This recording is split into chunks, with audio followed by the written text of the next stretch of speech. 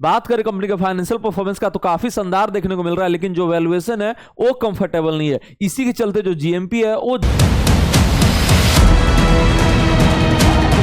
सारे फैक्टर्स को कंपेयर करें, कंपनी का बिजनेस क्या है, सेक्टर आउटलुक क्या है, फाइनेंशियल परफॉर्मेंस क्या है, वैल्यूएशन क्या है और पीयर कंपैरिजन क्या है, तो जो हमारा ओवरऑल रेटिंग निकल के आ रहा है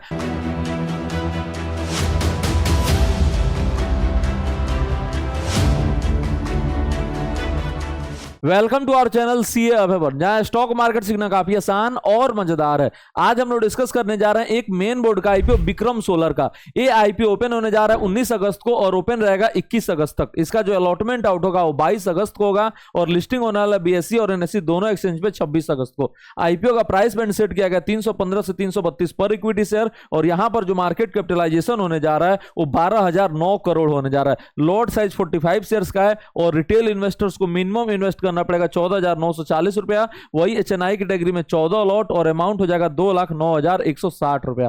कंपनी आईपीओ के जरिए रेज करने वाला है 2,080 करोड़, जिसमें फ्रेश इश्यू जो है आपका 1,500 करोड़ है और ऑफर फॉर सेल जो है आपका 579 करोड़ है। और कंपनी इस पैसे का इस्तेमाल करने वाला है कैपिटल एक्सपेंडिचर के लिए। बात करें कंपनी के बिजनेस का तो इंडिया का लार्जेस्ट पीवी मॉड्यूल मैन्युफैक्चरर है in terms of operational capacity as of March 31, 2025। और इसका अगर हम एक्सपीरियंस की बात करेंगे तो 17 ईयर्स का एक्सपीरियंस है। उसके बाद अगर हम लोग देखेंगे तो अभी जो कैपेसिटी कितना है तो 4.50 गीगावाट का भी कैपेसिटी है और यही बनाता है इंडिया का लार्जेस्ट पीवी मॉड्यूल। लेकिन अभी एक कैपेसिटी जो है इसको और ज्यादा एक्सपेंड करने वाला है और उसी के चलते रेज करने वाला है। कैपेसिटी बढ़कर कितना हो जाएगा तो 15.50 गीगावाट बाई 2026 और 20.50 गीगावाट बाई 2027। और इसके साथ आपका बैकवर्ड इंटीग्रेशन भी किया जाएगा सोलर सेल मैन्युफैक्चरिंग का 3 गीगावाट प्लस 9 गीगावाट तमिलनाडु में और आपका बैटरी एनर्जी स्टोरेज सिस्टम भी जिसका कैपेसिटी क्या होगा 1 gigawatt hour expandable up to 5 gigawatt by 2027 तक। तो यहां पर जो इसका प्लान एक्सपेंशन का वो काफी शानदार है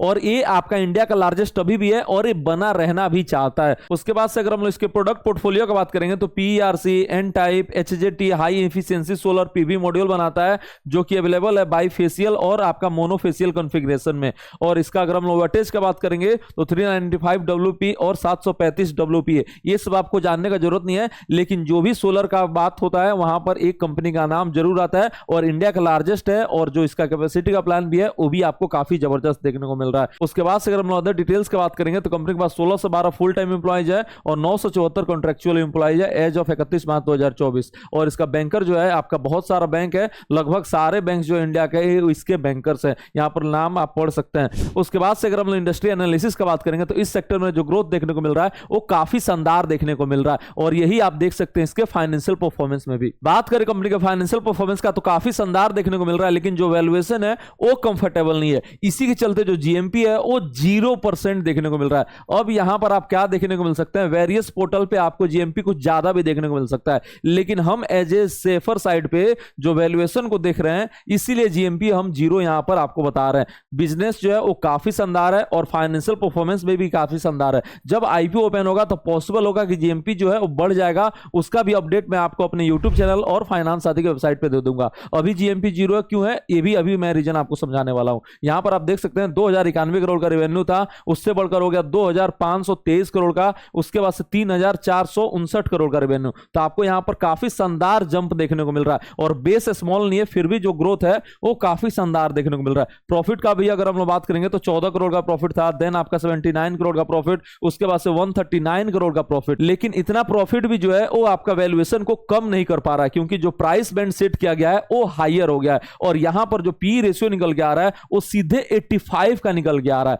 अब यहां पर अगर हम लोग इंडस्ट्री का बात करेंगे तो आपको 35-40 के आसपास ट्रेड करता है, लेकिन ये इंडस्ट्री का लीडर है इसीलिए इतना ज्यादा यहां पर वैल्यूएशन आस्क कर रहा है। तो अब हम लोग को वेट करना है 19 तारीख का और देखते हैं रिस्पॉन्स कैसा मिलता है, इसका एंकर बुक कैसे भरता है, उसमें कौन कौन बड़े नाम आते हैं। आरओई अगर हम लोग देखेंगे यहाँ पर 16% का, आरओसी अगर हम लोग देखेंगे तो 24% का, प्राइस बुक वैल्यू अगर हम लोग देखेंगे तो 4.39, डेट टू इक्विटी आपका कंफर्टेबल है और रिटर्न ऑन नेटवर्थ की बात करेंगे तो आपका 11.26%। तो अभी तक हम लोगों ने जितने फैक्टर्स देखे वो सारे ही बेहतरीन थे, चाहे आपका बिजनेस का बात करेंगे, चाहे इंडस्ट्री एनालिसिस का बात करेंगे या आपके फाइनेंशियल परफॉर्मेंस का बात करेंगे। सबसे मेजर जो नेगेटिव क्या निकला तो है आपका वैल्यूएशन पार्ट। अगर ये वैल्यूएशन पार्ट नहीं रहता तो मैं भी जीएमपी जो है आपको 30-40% से ज्यादा ही दे देता क्योंकि अच्छा अच्छा खासा यहाँ पर परफॉर्मेंस है। अगर यही प्राइस जो है आपका 300 के रेंज में सेट किया है, अगर 200 के रेंज में रहता तो ये आपको काफी शानदार हम लोग को जीएमपी देखने को मिलता। उसके बाद अगर हम बात करेंगे यहाँ पर कैश बैलेंस, तो उतना ज्यादा तो नहीं देखने को मिल रहा है, 39 करोड़ का कैश बैलेंस देखने को मिल रहा है और टोटल बोरोइंग्स जो है वो कंफर्टेबल है। इवन रिजर्व एंड सरप्लस जो है वो भी आपको काफी शानदार देखने को मिल रहा है। तो बैलेंस शीट का भी पार्ट जो है वो अच्छा है, फाइनेंशियल परफॉर्मेंस का भी पार्ट अच्छा है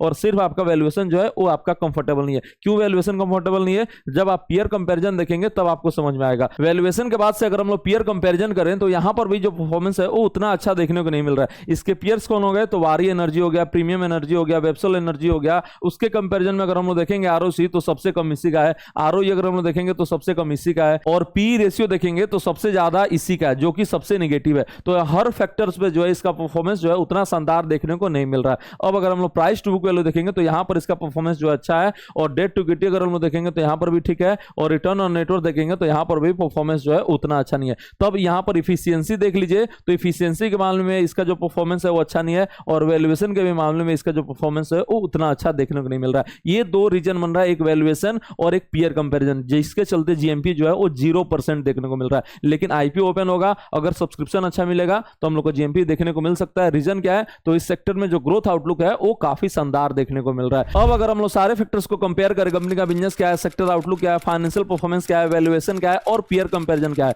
तो जो हमारा ओवरऑल रेटिंग निकल के आ रहा है वो 2.5 स्टार निकल के आ रहा है। और कंक्लूजन क्या है? तो आपको इन्वेस्टमेंट पर्पस के लिए करना है अवॉइड, लेकिन यहां पर अगर रिस्पॉन्स अच्छा मिल जाता है, एंकर बुक भर जाता है, तो हम लोग को चांसेस क्या है कि जीएमपी जो है वो थोड़ा बहुत बढ़ भी सकता है, क्योंकि बिजनेस जो है वो काफी शानदार है और इंडस्ट्री आउटलुक भी काफी शानदार है। अभी जीएमपी 0 किस लिए है? तो आपका यहां पर हम लोग को उतना परफॉर्मेंस शानदार देखने को नहीं मिल रहा पीयर कंपैरिजन में और वैल्यूएशन जो है वो ज्यादा है, इसीलिए जीएमपी अभी 0 देखने को मिल रहा है। लेकिन जीएमपी बढ़ भी सकता है, ये हमेशा फ्लक्चुएट करते रहता है। और किस केस में बढ़ सकता है? अगर यहां पर सब्सक्रिप्शन जो है वो दमदार मिल जाता है और उस केस में क्या करेंगे? सिर्फ रिस्की इन्वेस्टर, ठीक है, यहां पर लिस्टिंग गेन के लिए अप्लाई करेंगे, ठीक है, सिर्फ रिस्की इन्वेस्टर और वो भी सिर्फ लिस्टिंग गेन के लिए। इन्वेस्टमेंट पर्पस के लिए आपको क्या करना है? लॉन्ग टर्म इन्वेस्टर या सेफ इन्वेस्टर अवॉइड, लेकिन यहां पर रिस्की इन्वेस्टर लिस्टिंग गेन के लिए अप्लाई कर सकते हैं जब मैं बताऊंगा कि जीएमपी जो है बढ़ सकता है और हम लोग को थोड़ा बहुत लिस्टिंग गेन का अपॉर्चुनिटी दिख रहा है। अभी आपको यहां पर कुछ नहीं दिख रहा है,